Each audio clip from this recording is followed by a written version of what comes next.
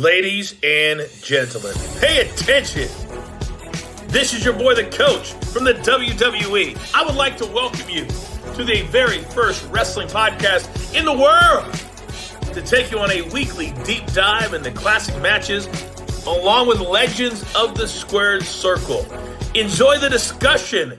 Enjoy the back and forth. There's so much to get into. Ladies and gentlemen, this is The Payoff. Jeff, it's the first really good professional wrestling match in the history of Wrestlemania. This is Tom Healy, and as always, I am joined by my co-host, Jeffrey Ryan. Jeff, how the hell are you doing right now, man? Just crazy times, my friend. We are living it day by day, hour by hour, mania on the fly, all this good stuff. And so, but a little crazy, but we're doing what we love, and that's important. Yeah, so we had recorded a few episodes, and the last of which aired. And I realized on Monday's episode last week, we were still bragging about going to WrestleMania. And boy, did things change in a hurry. But look, man, we know that it's a crazy time in this world right now. We're here to entertain you, to talk pro wrestling. And, you don't need our medical opinion or our take on all this stuff. And, Jeff, you know what they say about opinions, right? What do you got, buddy? They're like assholes. Everybody's got one. So right. if you're looking for medical advice, talk to doctors, not Dave Meltzer. Okay, seriously, some of these wrestling journalists and podcasts out there, they're medical experts now. It's really amazing. So we're going to talk pro wrestling. We're here to entertain and have some fun, to share some laughs, and Jeff, let's get right into this, man. Did you know that there's a lot of hot takes in wrestling, that the fans are somewhat opinionated? Did you know that? Wait, wrestling fans are opinionated? Get out of here. Yeah, did you know that? Did you know that that's a thing? I couldn't believe that. So, oh my God. Well, I'm even thinking about, the big thing right now is, do you have WrestleMania? Do you cancel it? Do you do these shows in the Performance Center? And I'm laughing because I'm like, honestly, no matter what they do, people are going to shit on it. If they canceled everything, it's why aren't they trying to entertain people? If they can't fill an arena, they don't even want to do a show. And then they do a show, and it's like, how could they put people at risk? I mean, dude, I'm telling you, wrestling, and again, it's a vocal minority on like Twitter and stuff, but it's like, no matter what they do, they're just going to blast the hell out of it. Yeah, nobody's ever had, and you and I were ready. I think I'm more upset too. We had to cancel our steak dinner reservation, and so, we were excited for that, and we even planned our hotel. We're like, if we can't get an Uber, it's a mile away, we can walk, and so had it all mapped out, man. It was a hard flight to cancel, but there's worse things going on in the world. So I'm pumped about this episode.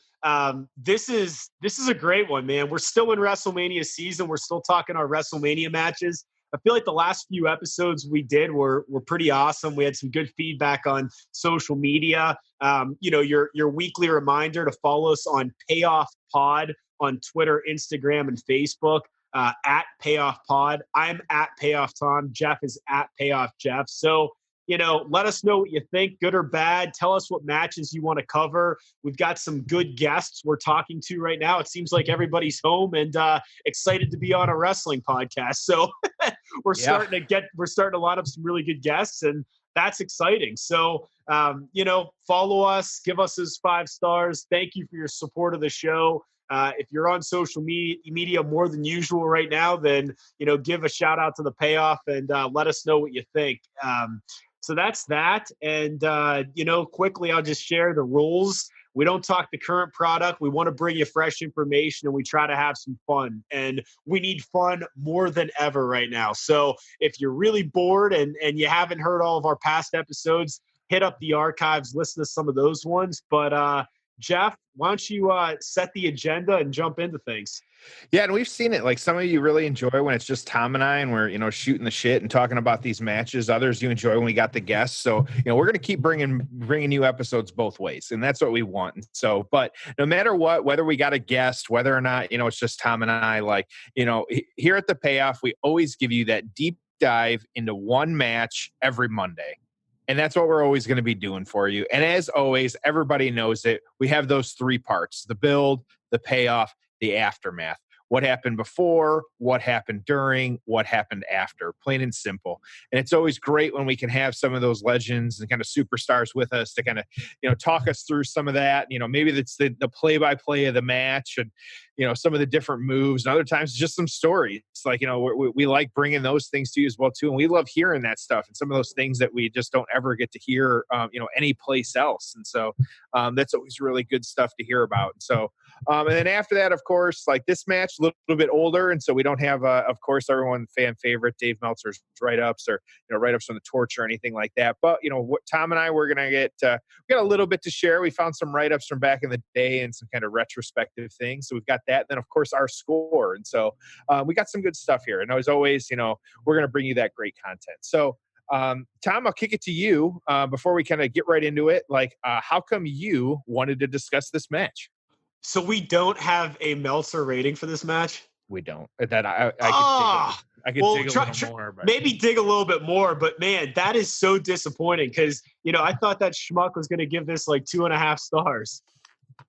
It might be out there, but 87, and when they started was later. So look, my reasons for wanting to do the match are what you think they are. This was the first great match in WrestleMania history, great wrestling match, right? We often forget that in the first 9 WrestleManias, you could count the number of good matches on your hand. I feel like WrestleMania 10 turned the corner where, they were starting to get some newer, younger, smaller talent in the fold. Wrestling became more of a premium. Shawn and Razor in the ladder match, Brett and Owen in the opening match. And then all of a sudden, we started to get some really good wrestling. But man, those first 9 WrestleManias, there were not a ton of good matches. And if you really go back and watch the wrestling, these first couple WrestleManias, there's some really rough stuff on it. So what I love about this is not just that it was a great match, but given when it took place, it was so revolutionary for its time. What about you, Jeff?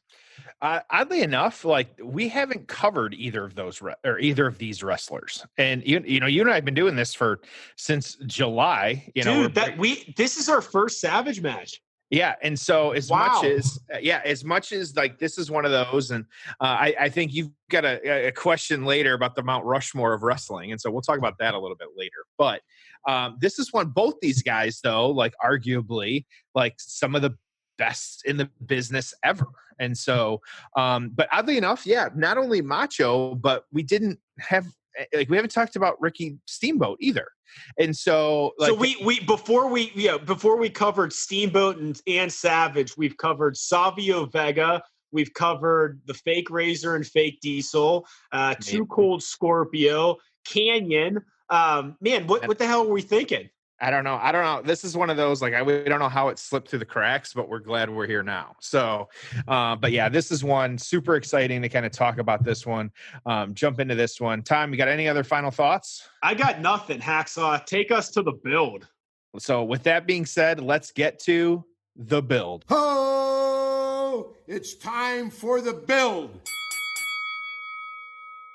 All right, so we've talked about WrestleMania 3 before, Pontiac, Michigan. You know the whole story, 173,945 fans in attendance or whatever fake number was given. But, whatever. There were a ton of people. It was awesome.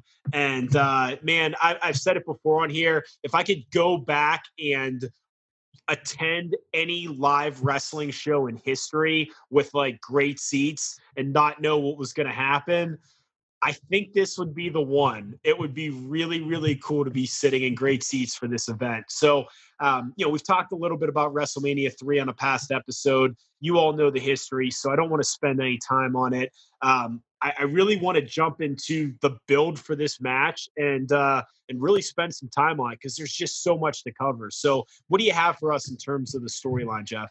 Yeah, and so this one, the two of these, this was actually a very long build, but the two of them never really got in the ring in the lead up to this. And so it really started when Savage attacked Steamboat. He was greeting some fans kind of ringside. kind of interacting as always. And then Savage attacked him. And so he pushed him. It's kind of the classic story here that, some of you may or may not know, but that's why we're telling it, of like, he pushed him over the Savage pushed Steamboat over the security rail. And there was actually an elbow shot that he gave him to his throat, and it kind of landed him on the guardrail on top of it, the classic move, like lifting them up and kind of dropping them on the ropes or the rail. But at this time, of course, before the internet, and the internet was even, not a thing, 1987 back then is when this occurred. Like, that was believable. And so they played it up that, he had, injured his larynx, couldn't talk, like, it sent him to the hospital, just all these different things. And so that was how it started. But then, had, different things that were kind of happening up to, like, at this point they had some kind of in-ring action and things happening, but the culmination was actually here at this WrestleMania. And so it was actually at Superstars when that assault happened. It was 1986. And so the build, like, to get to this, so that was November of 1986. Of course, WrestleMania was the end of March 1987. And so you did have a really long build here where things were happening. And so Steamboat was gone for a little bit too. It was actually a Saturday night main event. Again, where, like, you had these things happening where they were kind of locking up and getting into it and involved and all these other things. A kind of a weird angle on this one, though, is you had George the Animal Steel. Everybody remembers he would eat the turnbuckle. Super weird as a kid. Like, it would always freak me out because you didn't know. Like, I get it's a character, but he was still weird, and so that was fine. But George the Animal Steel was actually in Ricky Steamboat's corner, and he actually had a crush on Miss Elizabeth, who was probably one of my first wrestling crushes, excuse me. And so I remember her growing up in the wedding and saying the "I do," or her saying the "oh yeah" to accept the marriage proposal. And so that was always good. And so George Animal Steel had the crush on Miss Elizabeth, and so Macho was with her at this time, and so you had that kind of going on. And so it just kind of interesting build. There wasn't a ton of matches, but it was a long build, and I've said before how I like these long builds, and they were, just kind of getting to it. And we just don't see that anymore. Like, even a 6 month or a 3 month build in regards to getting to a match at Mania. But these two just kind of really just not, getting along, not liking each other. The injury, like, that was pretty much the big angles that got us to this match. Well, this year we might have a 1 year build to WrestleMania. Yeah, no shit. Who knows what's going to happen? Yeah. So my first wrestling class was Sensational Sherry. That's an interesting choice. Really. I'm just kidding. I was going to say, that's why I was like quiet for a minute there. I was like, okay, whatever floats your boat, dude. Like, so came across a couple things that I thought were interesting. So there's an interview Ricky Steamboat did where he was talking about the build to this, and he said, from the time he dropped the bell on my throat until WrestleMania, we had a 3 month build up. In other words, we had time to elaborate on the storyline. If you drill into their heads week after week and it goes for 3 months, people will have a better fond memory of why these two guys are having this blow off match. I don't think too much today that the guys have that luxury. We have pay-per-views a lot more frequently than we did back in 1987. So thought that was interesting. The other thing Ricky Steamboat talked about, and so one of the things that's legendary about this match, and I'm sure we'll get more into it once we watch the match here in the minute during the payoff, but, Randy Savage mapped out every single move in this match on a yellow pad, okay? And so Steamboat would say, we were using the yellow legal pad and writing down steps. And it got into something like 100 plus steps. Finally, when we got the match top to bottom, we would then meet and quiz ourselves. And I would say, okay, I'm at step 55. It's this and this. Now tell me the rest of the match. And he would go, step 56 is this, and step 57 is this. We would go back and forth. Can you imagine?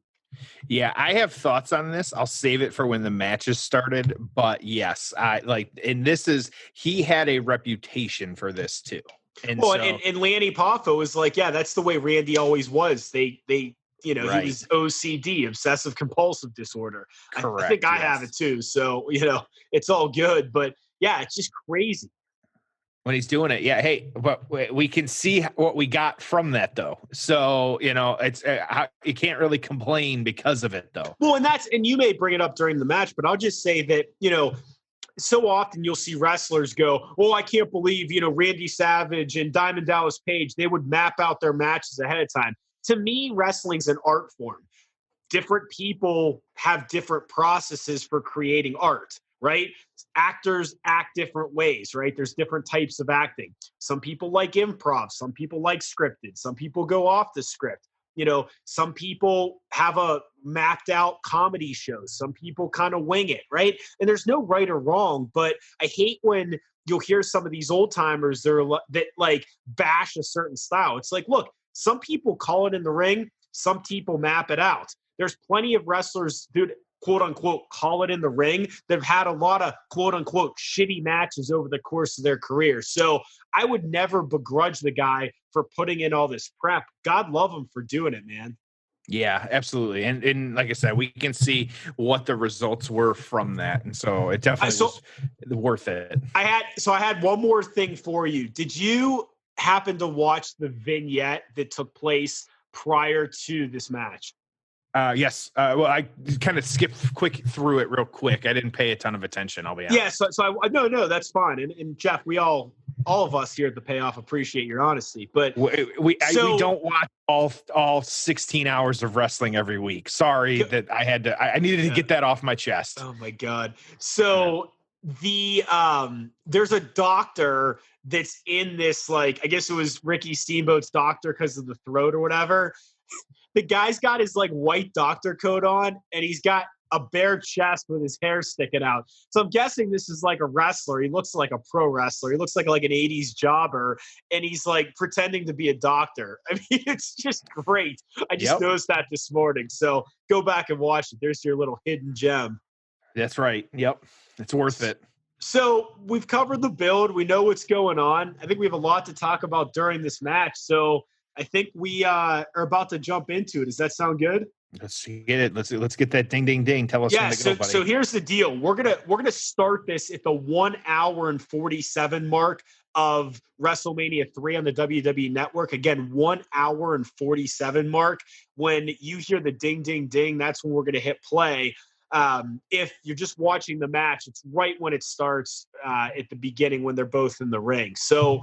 With that being said, it's time for the payoff. Oh, it's time for the payoff. All right, Jeff, here we are. The Macho Man in the ring. Liz taking the glasses, taking off the headband, looking like a savage, man. Look at Randy. And those are some of my favorite tights that he wore too. That's kind of that iconic pink with the yellow. I don't know why. It was always just one of the more iconic ones. I love that you're paying attention to them, and I'm watching the lovely Miss Elizabeth and exit the ring, and so that's all right. We've all got our loves. So yeah, we talked about it a little bit, like the planning of the match. I had read, and I don't know where what you found on this one, but it was literally weeks where they were laying out and planning this match. Oh yeah. And they were doing it in ring work. Like this was not so many times we hear about, what's happening nowadays of, matches being literally like the script being thrown out at noon or, look at the back hair. Oh yeah. George. Dude, that back hair reminds me of my best man, Dave. Dude. One of these college football trips we go on, we're gonna wait till he passes out from drinking and is exhausted. We're gonna tie him to the bed and we're gonna shave it off. It's like the what was it, the 40-year-old virgin? Like that's the way to do it. Yep. So yeah, we send him that meme a lot. Yeah, sure. So this is one of the for weeks and weeks they were planning this, and you just nowadays, yeah, like I said, it's 2:00 and the script's getting thrown out and they're rewriting it.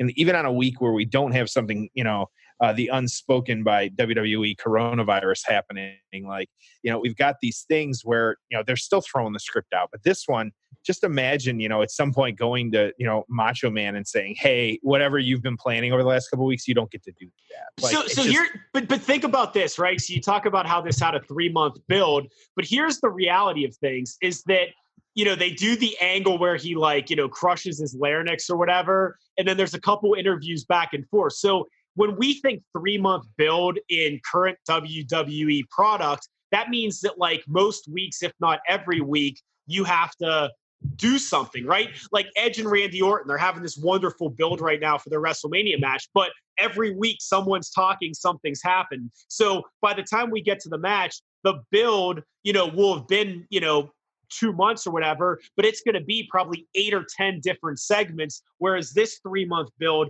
may have been, 2 or 3 interviews or angles. So to stretch it out, you have to fill so much more TV time now. Do you think, and this is just a thought I've had as we're kind of sitting here watching this match, and already a lot of back and forth, a lot of technical work, both men getting a little offense in, but Steamboat kind of starting to take over a little bit here.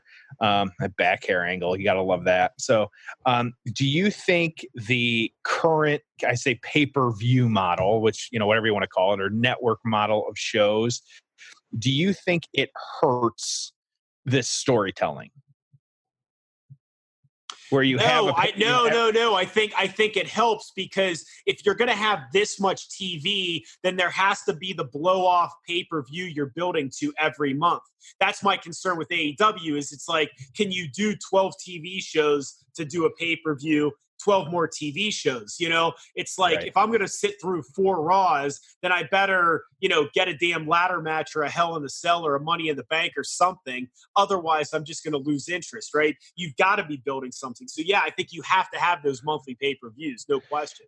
See, and I think it's odd. And so I actually disagree, because I think this is how it used to be back then, is we had these matches where you didn't have these monthly pay-per-views. And it feels like, and you and I've discussed it, it's less than, every 30 days sometimes. Some months there's 2-3 events, it feels like. It's just insanity. And so, and we've gone over the, how much product there is to take in and things like that. But this is one of those, and I think that there could be, so many times we hear about it too, this story is just continuing. And so I think you just can't have it both ways. And even, it's how much longer is this going to go on? Or, we can already tell, they're going to do this match again next time, but it's going to be no disqualification. And so, for a while there, they had they announced they were doing the no rematch for titles, which that's kind of already gone out the window a little bit sometimes. But, I do wish they had actually stuck to that rule, because I don't think that should be a thing. I think AEW is doing that a little bit better. But yeah, it's just one of those where it's tough to, like we kind of said in the opening, they do one thing and we're not happy, and then they change it up and do something else and we're still not happy. So, we're just going to keep complaining about it too, but that's okay. Have you seen these shots of Liz that they've been putting on? Yeah, I've been paying attention. Don't you worry. So you know how Randy's obviously knocked for being overprotective of her? Yes. Well, guess what? I wouldn't have let her out of my sights either. Right. So to get to the action a little bit, we've got the classic. So here's the classic photo and kind of image that everybody sees. Steamboat giving just a really hard chop, and now Macho Man. He's got that overhead chop. Whatever, his way of punching was always so iconic. It was different. Yeah, it was just one of those things where, he got out of the ropes here, and so Macho kind of sneaking back up on him again. But yeah, it's definitely one of those things where, that classic image is one we're so used to. And this has been a lot of really good action to this point, or, there's been a lot happening. So right away, right back into the arm drag and kind of taking him down, and then right back off the ropes. Even that looked a little sloppy, but it still worked quite a bit. And so, you figure too, these guys just going through the motion, you wonder kind of what number they're on at this point. Are they on 36 or 35? Boy, that was a crazy knee right there. Randy or Savage just to the back of Steamboat. That just looked rough. So yeah, it's one of those where, I think that this match right now, just a lot happening, which is great. So as a fan, do you care that they planned this out move for move? I don't. I think that, at this day and age, I've said it before, I always try and put myself in kind of what was happening at this time. And so back at this time, fans would have had no clue about that. Wrestling still, it's still real to me, Dan. I wish I had no clue about any of this stuff. I wish dirt sheets didn't exist. I wish I didn't know any of the behind the scenes stuff. Yeah, you and me both. And and we've gone at length about... Dude, that's a pretty stiff look at that. So he gives them the knee to the back, puts them over the guardrail. They just didn't do stuff like that back then. And that is the so for those of you who may or may not be watching, this is the classic steel like slatted guardrail. This is not the days of today like padded rail. I appreciate George Animal Steel checking on Steamboat. He got flipped over that railing and now kind of dragging him over the guardrail to kind of get him back in the ring. Great job of selling on this one too. Didn't love his involvement in the match though.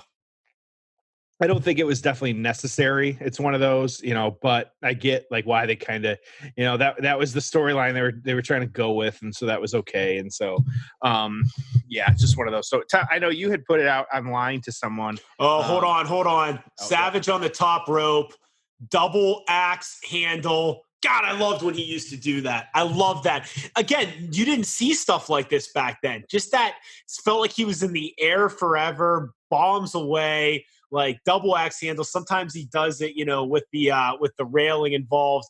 I just love that move.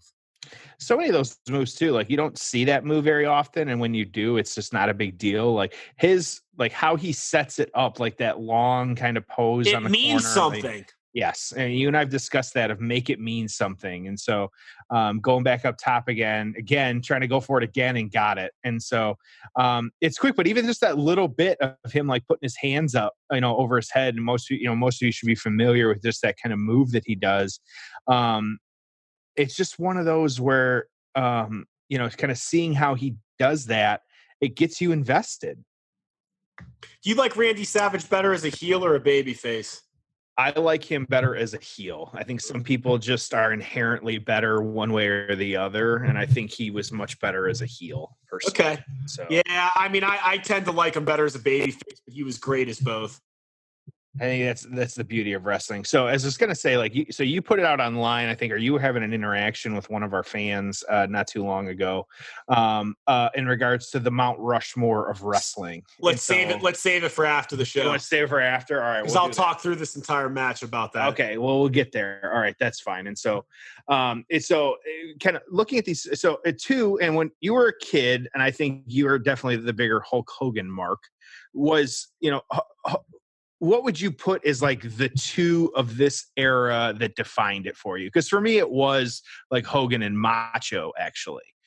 Some people might like Steamboat, some people might like Warrior, but who's the two that you associate with this era of wrestling? Dude, for me, it's Hogan and Savage. Warrior's third. Yeah, it is for me too, and it feels weird. Like some of the people were leaving off the list at this point because, like Andre, and you're leaving off Ric Flair, and you're leaving off Steamboat. Which I say leaving off, it doesn't mean that they're not great at what they do. It's not where my brain goes first every single time. So, big flip outside of the ring here Huge by flip. Steamboat. Yeah, and so Steamboat getting that second win and throwing Savage feet straight up in the air over the top rope. Elizabeth just looking distraught, like unsure of what's happening.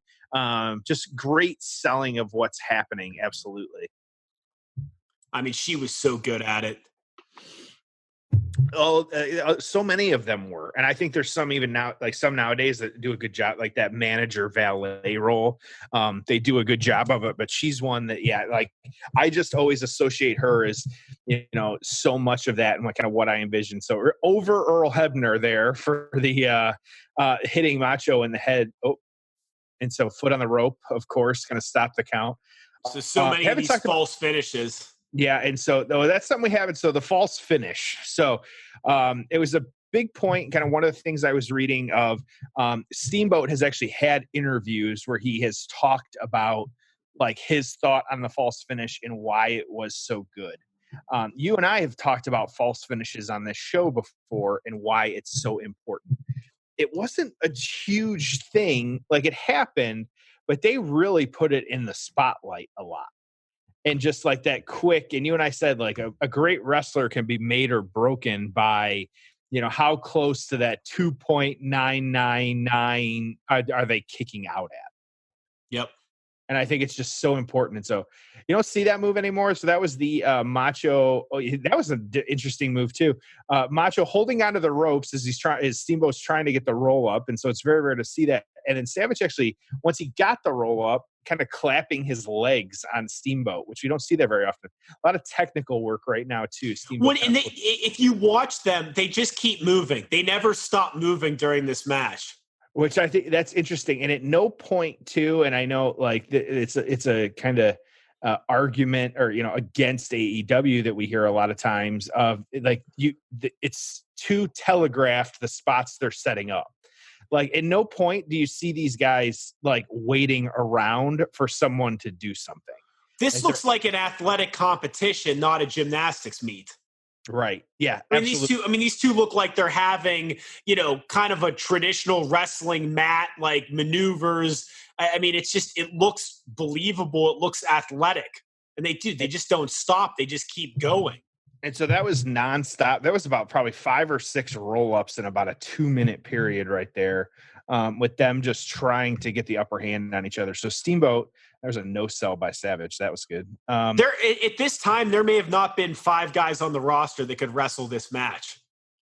No, and especially a match of this length. I think I have not done a ton of research to kind of see like average match lengths at this time, but like these got a 15 minute match or so, and these guys are going at it, and they're nonstop. Jeff, the one WrestleMania we covered, and I can't remember which one it was. I want to say it might have been WrestleMania 6. Do you remember me reading the matches? There were like 12 matches, and 2 of them went 10 minutes or more. Yes.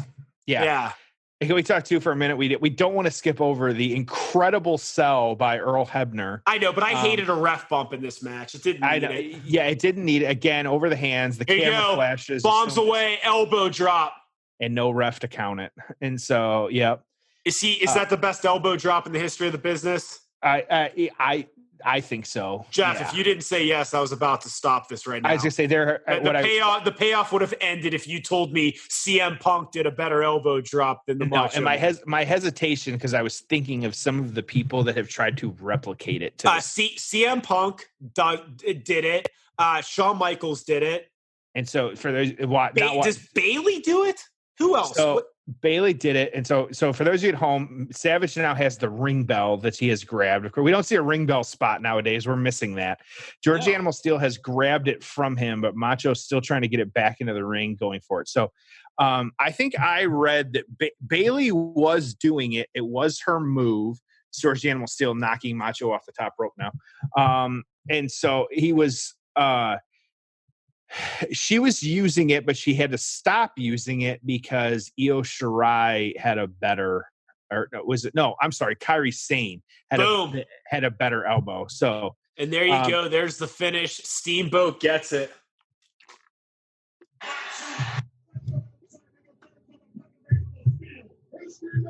This place is going nuts. Title change. New Intercontinental Champion. Liz looks distraught. So you've got of course, Steamboat just winded, and that was nonstop. Like that was a very quick 14 minutes. So here, instant reaction. If this match took place on pay-per-view now, would it have held up? I think because of the action, yes. 1,000%. That was the biggest thing as we went back and watched this. I was curious about, like, was it good in the time or would it be good now? I don't know if it would have gotten 5 stars or whatever now, but dude, if this match took place, 2 comparable guys in today's era, I think you'd go, holy shit, that was a great match. And there isn't a ton of super high flying like spot fest. They was just great wrestling. That's all that was needed. That's all you needed to do, and that was great. Yeah. It was funny before we jump in the aftermath, just a couple of, quick things I want to talk about that I had here in my notes was at one point, Jesse Ventura talked about the over the top rope, how it should have been a disqualification. I don't think they were calling it that tight. Remember at that time, like WCW, that was like an automatic disqualification, throwing someone off the top rope. And I think that lasted for a long time. I don't know if they weren't really enforcing it here, but he alluded to it. I totally forgot about that rule.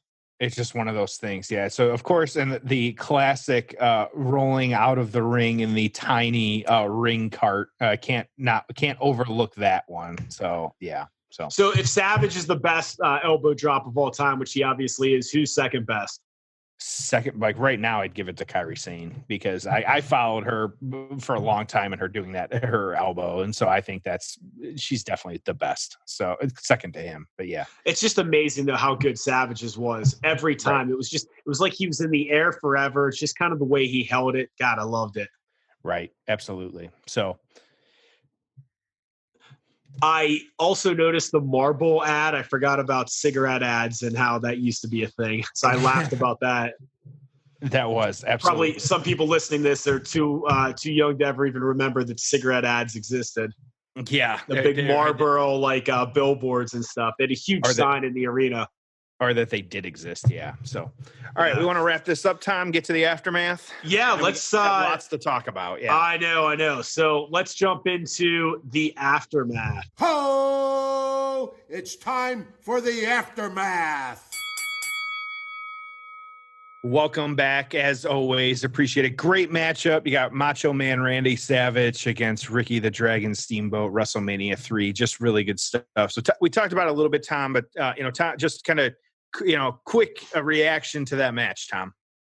It holds up, right? I mean, I think that's my big takeaway is, I've seen this match a number of times over the years, but now that we're doing this show and we've been watching a lot of wrestling and a lot of different matches, that was my biggest thing. Was this a good match in the late 80s, or was this a good match in any era? And the answer to me definitively is this is a great match in any era. I love the style. To me, again, to your point, Jeff, they're not setting up spots. This isn't some gymnastics meet. It was just two guys that were in a confrontation, in a wrestling match. And dude, they moved the entire time. There probably weren't five guys that worked this card that could have had that type of match. I just thought it was awesome. What about you?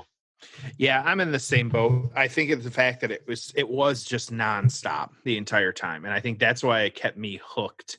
And, I didn't know what was going to happen. And that many times, like we know the ending now, but if we were in that arena with all the disputed 97,000 fans, it's just one of those where I would hope that we would be hooked too.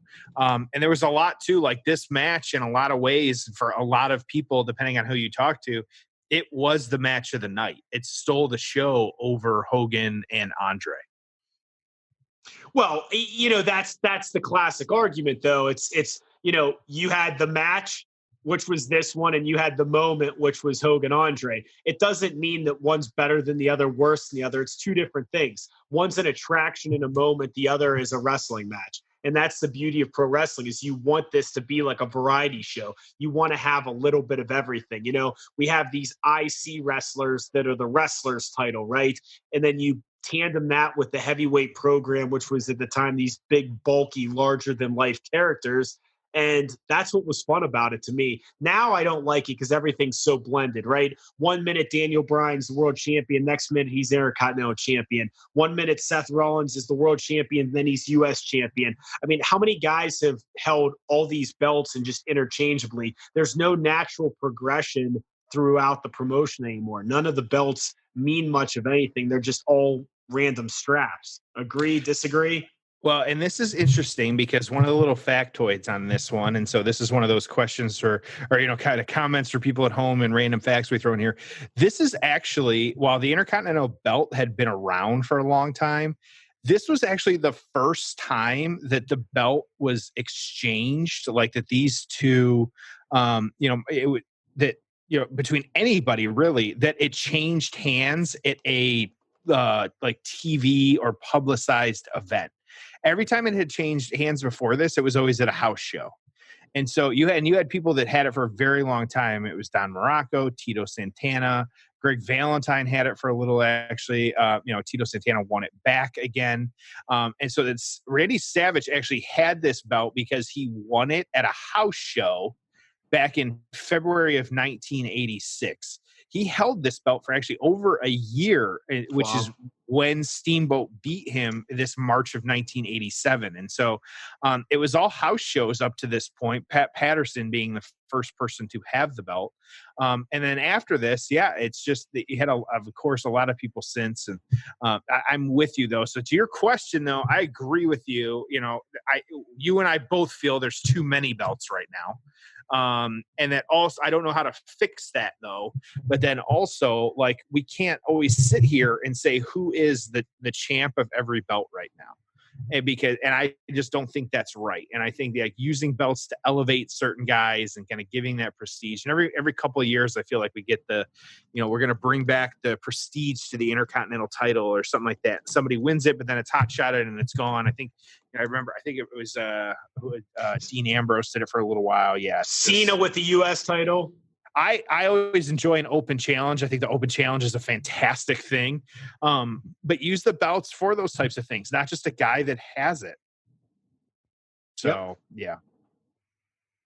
Yep. So I don't know. So, okay. So aftermath about this one, ready to get into it and some of the factoids and whatnot. So, it talked about it a little bit in regards to, what was happening with, in the ring and kind of got, the being pushed off the top rope and the small package for the win. And like I've already said, this was the first time that the belt actually changed hands at an event right like this.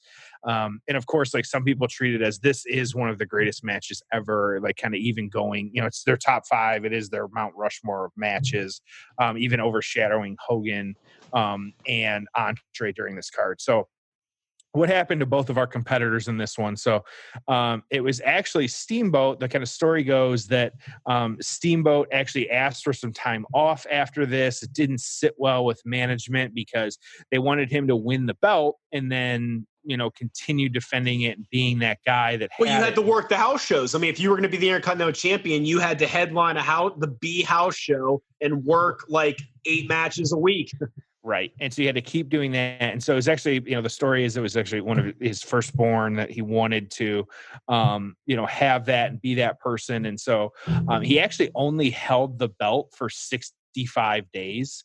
And he actually dropped it to show favorite here, the Honky Tonk Man, who we've talked about a lot in different stories and things like that. But he lost it. It was just a random kind of superstars match where he dropped it. And Honky Tonk actually held it for over a year. So kind of, crazy to think about how that could have played out if Steamboat held that title the whole time. Like, where would those guys have been? Like, what would have happened? And so, of course, the kind of behind the scenes stuff, some of the things I was reading and kind of looking up was that he still never really got that true push. He came back. It was actually 1987, that November. It's Survivor Series, excuse me. And so, but it's, everything I was kind of reading was still that, management still wasn't happy with him leaving. And so that's why he was never really pushed and he himself. And Bruce, and Bruce talked about it on his podcast a week or two ago. And it was the same deal. They're like, we just couldn't count on him. The guy didn't want to work a full-time schedule. He had some issues. So what are you going to do? Make him world champ? I mean, they just couldn't count on him to be, a prominent player. And he left not that long after. Yeah, absolutely. And so that's one of those, and even Steamboat himself has said like, that they overshadowed that match. And so Savage, though, of course, having a little bit better of a career at this point, like up to this point and then moving forward, he actually won the King of the Ring tournament. It was 1987 that same year. And so he had that. And so he was also still getting cheered even though he was playing that heel angle, and so almost like reminiscent of a little bit of a Stone Cold type thing. So interesting how that played out. But you had some kind of back and forth here.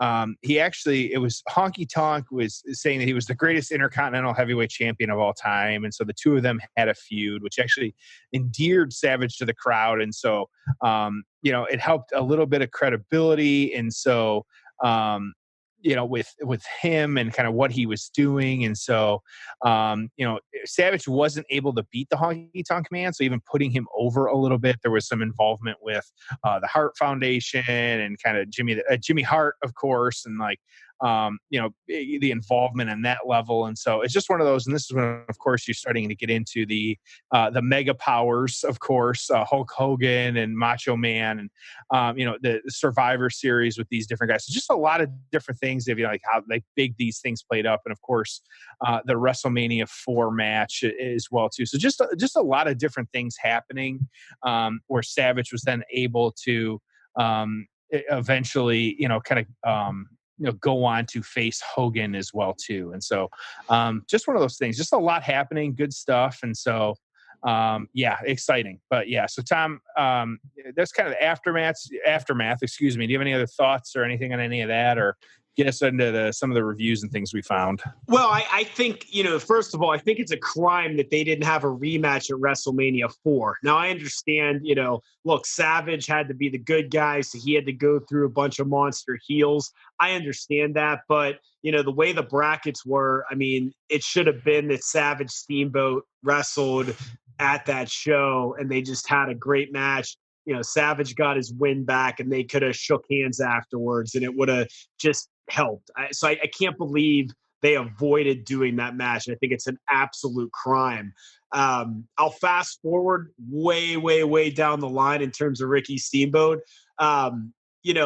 That hit comeback that he had where he was part of that 3-on-1 match against Jericho, and then he wrestled 1-on-1 versus Jericho the following month. That might be a good one for us to cover next month because it's part of that kind of post-WrestleMania matches. So maybe we put that on the agenda because that was just a really random comeback, but they had an awesome, awesome match. I believe it was a Backlash, the show after WrestleMania that year. So I thought that was pretty cool. Look, man, Randy Savage, he had the best match at WrestleMania 3. He had the best match at WrestleMania 4 against DiBiase. He had the best match at WrestleMania 5 against Hogan. He had the best match at WrestleMania 7 against The Warrior. He had the best match at WrestleMania 8 against Ric Flair.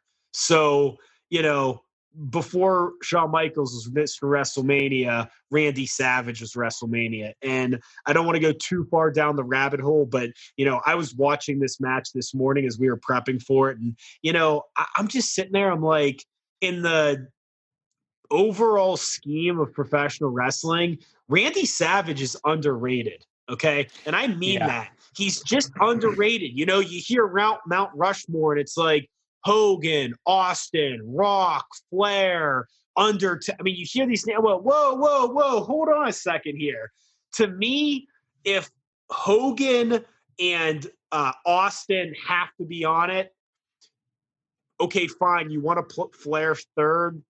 Okay. But man, Savage to me is like 3, maybe 4.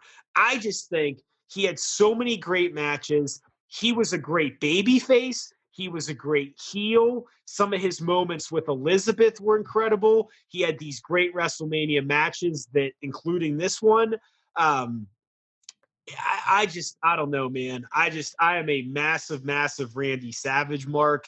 I think the guy was super underrated. And, I don't know why I thought of it, but I was just like, to me, as far as pro wrestling goes, he is absolutely a better talent than The Rock. Promos, look, heel, baby face, in-ring work, everything, man. Well, and I think this is one of those where, too, even we overlooked it because this is the first, after we've been doing this for, 8 months or whatever, like this is the first Macho Man match that we've discussed. And so we've overlooked it ourselves too. But, and that's when I think you brought up the interesting point. I remember Macho Man promos more than I remember his in-ring work.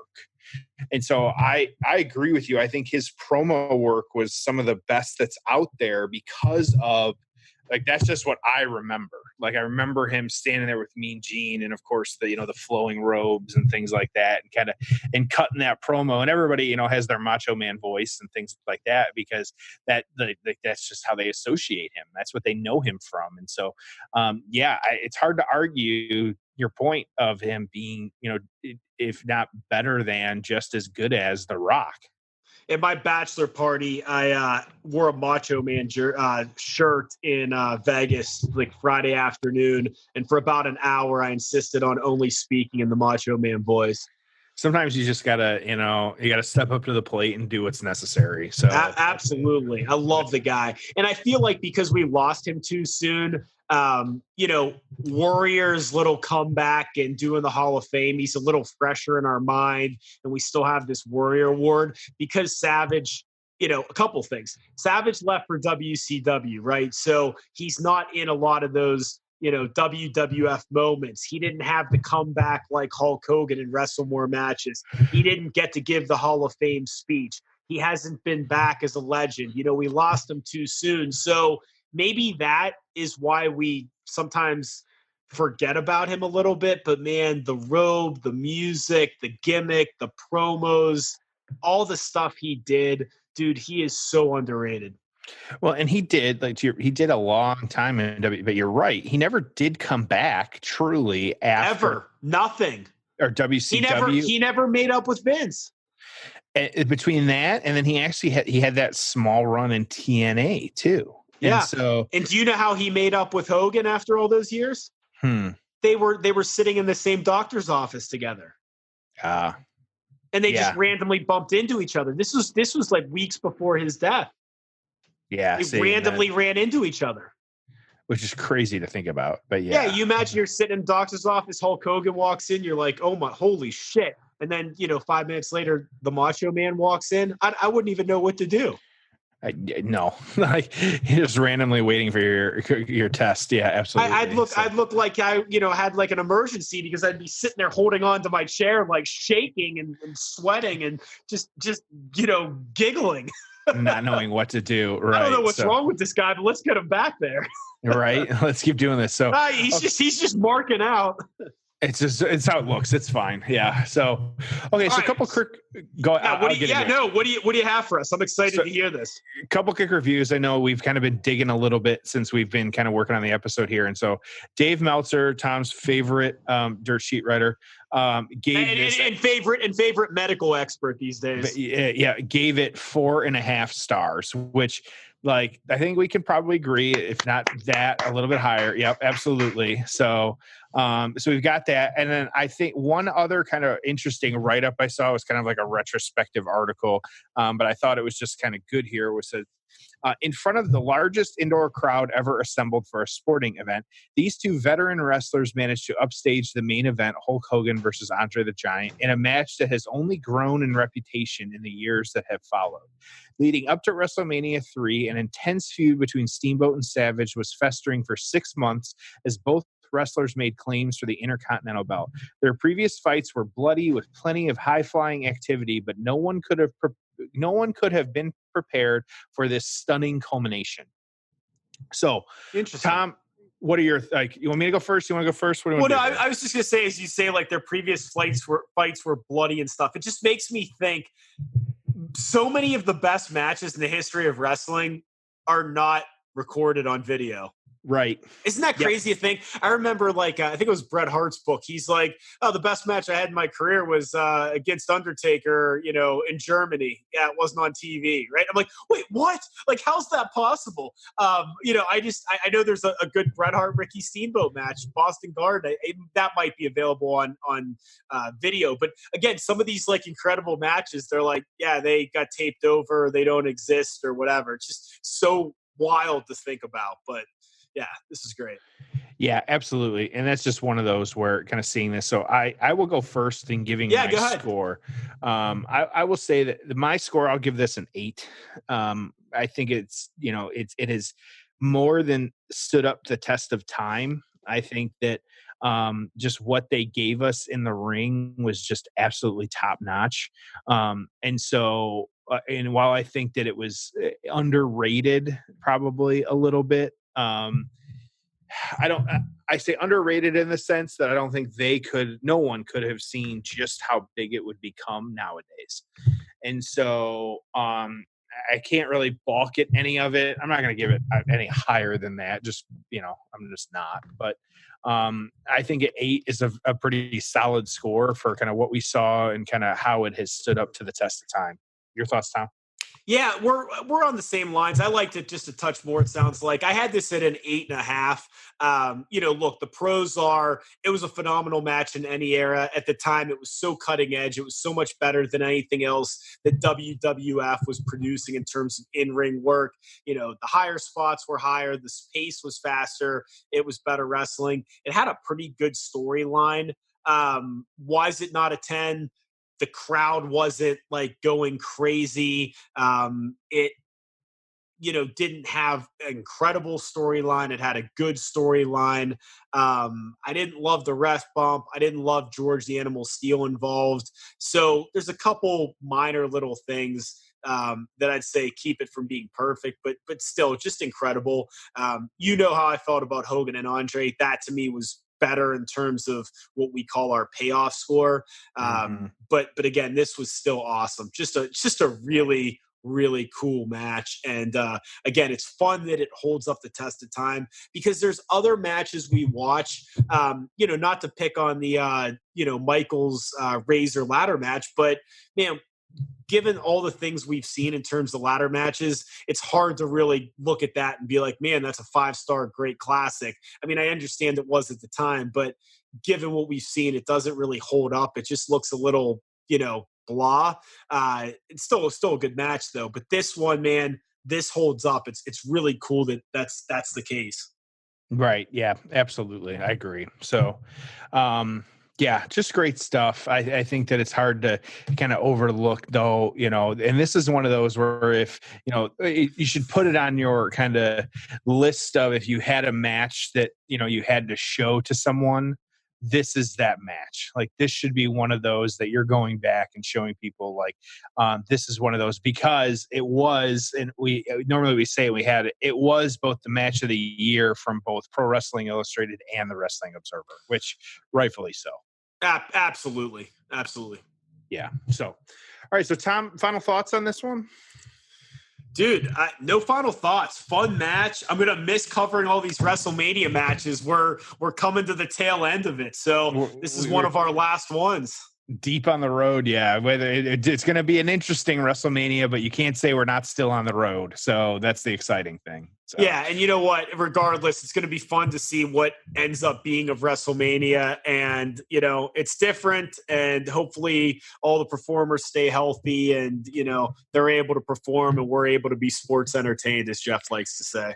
Of course. So, and this is one of those too, for those of you, of course, that, want to go out there and kind of see what these guys are doing. Ricky Steamboat is on Twitter, of course. And so he can be found. He is just real Steamboat. And then, of course, Macho Man, not around anymore with us, but Lanny Poffo, his brother, he is just at Lanny Poffo. He's a motivational speaker nowadays. He's very active on Twitter as well, too. So both two guys, out there kind of promoting the messages and kind of doing that stuff. So didn't say it at the top of the show, but that's okay. And so the line that everybody loves here of just subscribe to the Payoff wherever you listen, give us those 5 stars on Apple Podcasts, and spread the word about the show. And as Tom did say it, Twitter, Instagram, Facebook, you name it, at Payoff Pod. We're going to be very active these next couple of weeks, especially leading up to WrestleMania, because, we're kind of just sitting around.